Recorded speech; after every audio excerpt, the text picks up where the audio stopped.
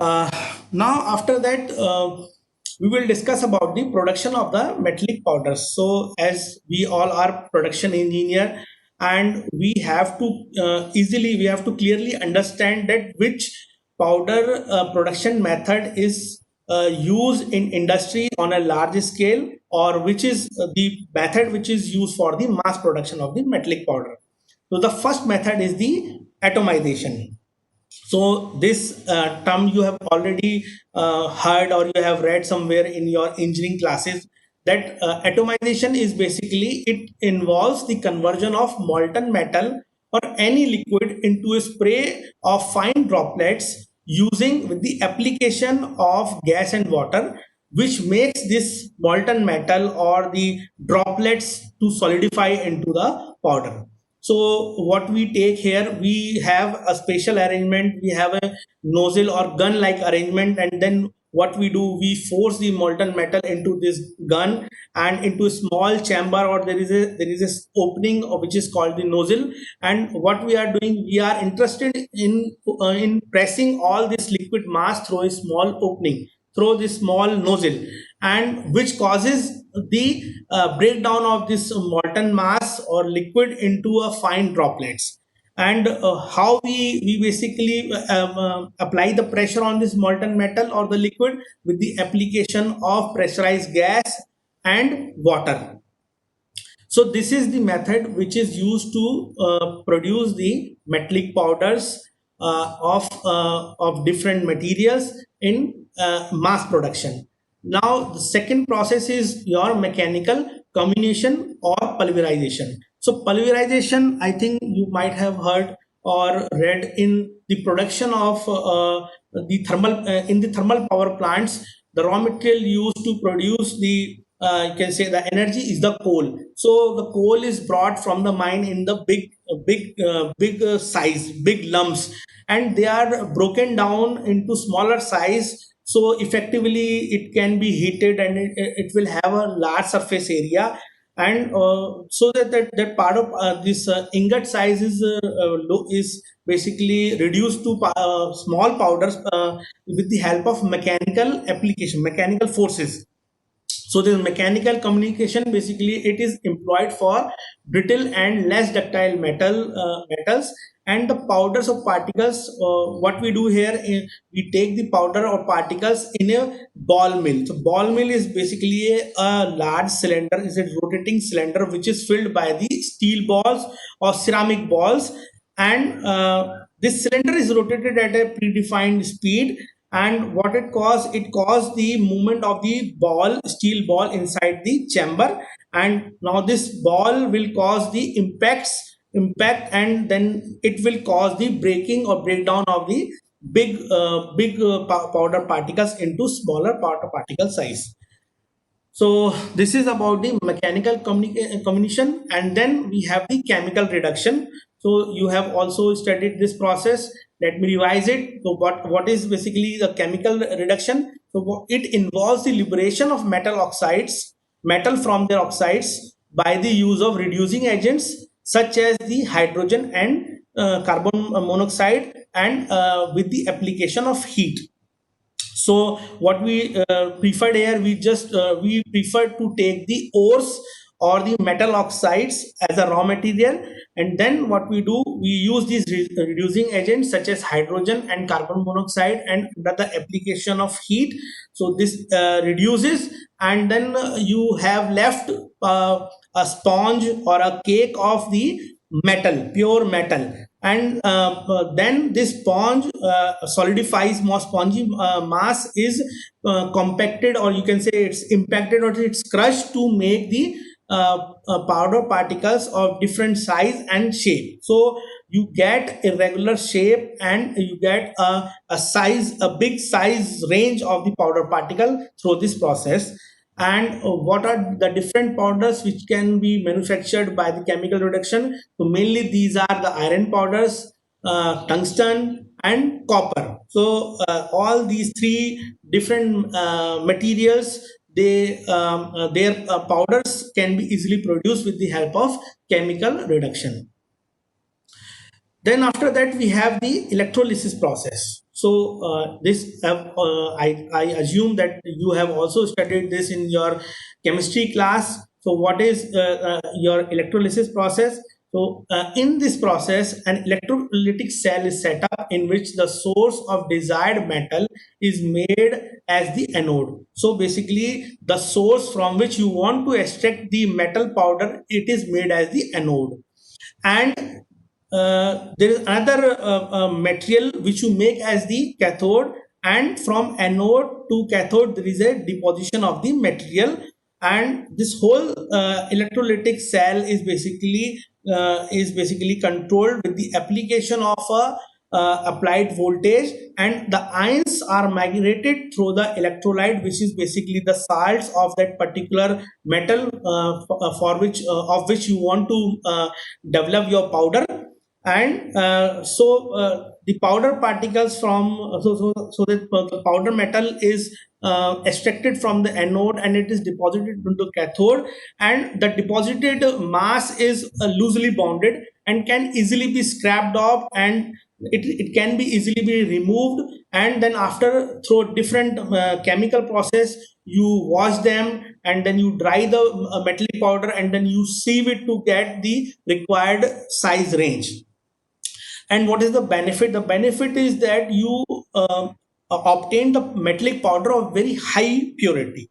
But this process is limited to the laboratory application, and the yield is very, very less. Means the powder production is very, very less as compared to the mechanical combination and atomization.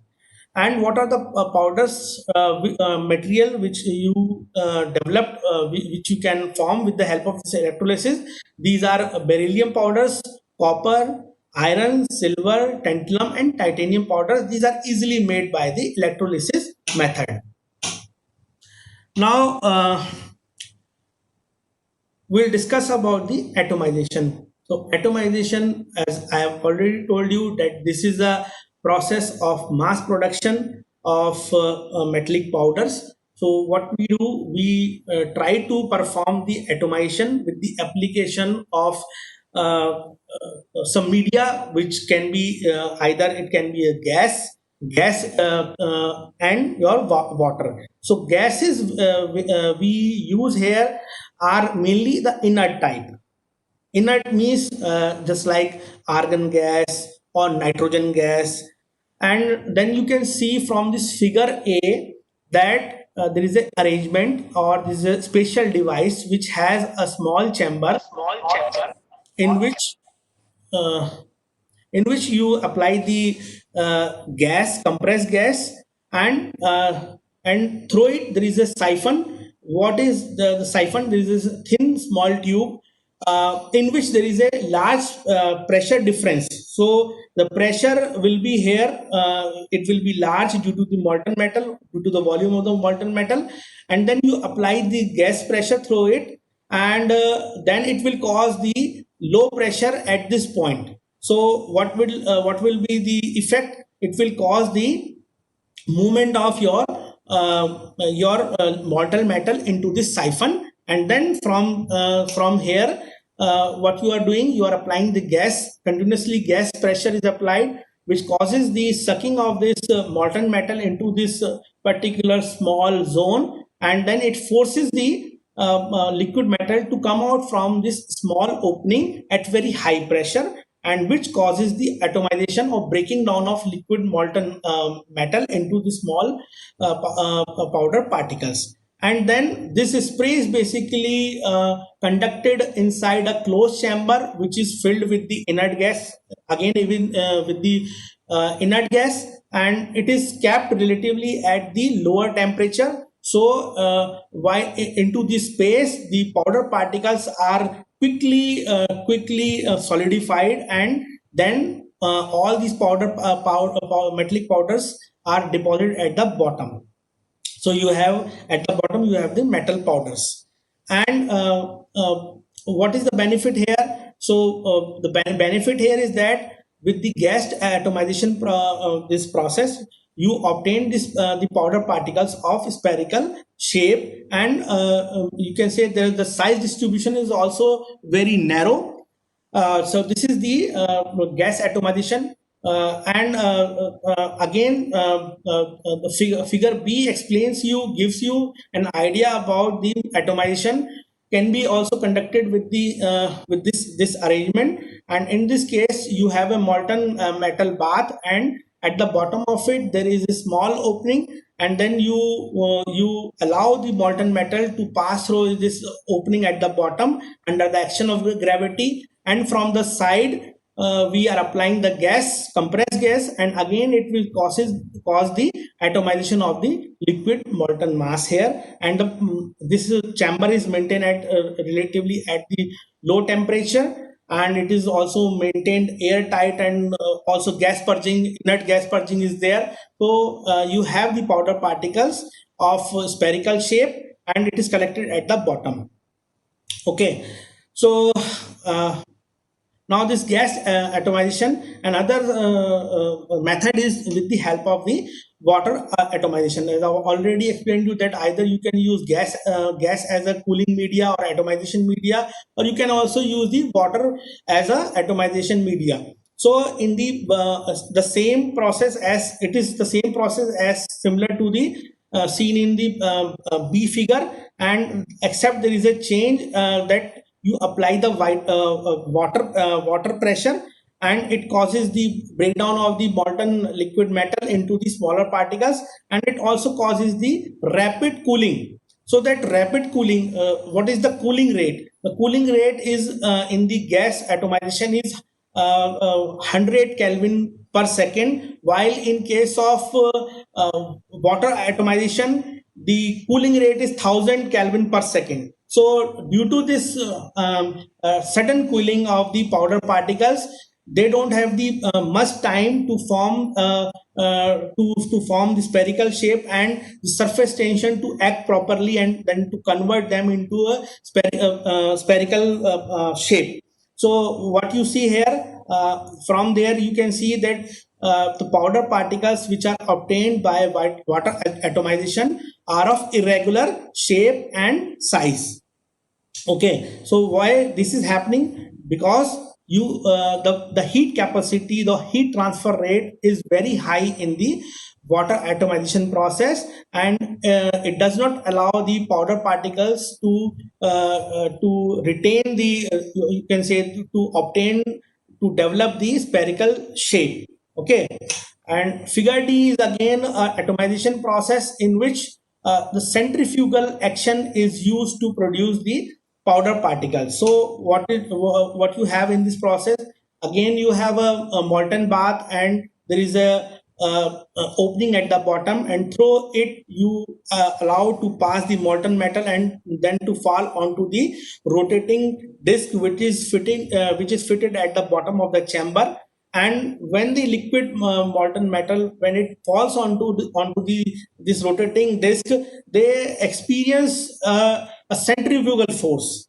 This centrifugal force causes the atomization of the powder particles, and then these powders are collected at the bottom of the collection chamber. And again, this chamber is maintained at a lower temperature and also filled with the inert gases.